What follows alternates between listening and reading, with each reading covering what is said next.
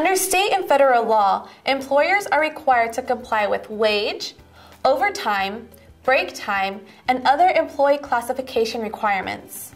Employers who do not allow employees to take paid breaks, eat lunch, or do not pay overtime for work outside of a normal 40-hour work week can be held liable for damages.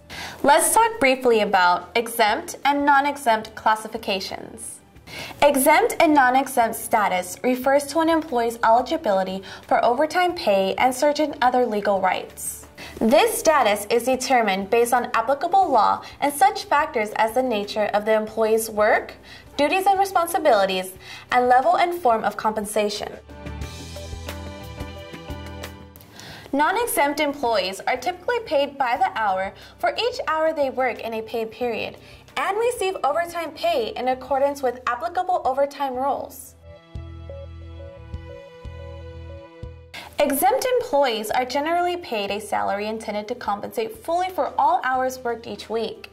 They are not compensated based on the number of hours worked and do not receive overtime pay. It can be extremely costly to miscategorize an employee as exempt when he or she really should have been classified as non-exempt.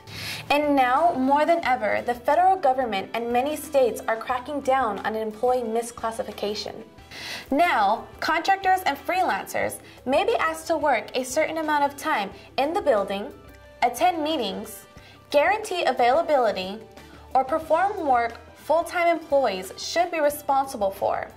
When these kinds of things happen, the line between contractor and full-time company employee can become blurred. If you are a contractor and are being asked to take on more work and responsibility that was formerly reserved for full-time employees, you may have grounds for a lawsuit. In California, employees can now bring legal action against employers to collect fines for labor code violations that would have formerly have been collected by California's Labor and Workforce Development Agency. Now, under the Private Attorneys General Act, employees can recover a portion of these fines for themselves and other workers affected by the labor code violations in question. Give us a call if you need more information, and thanks for watching.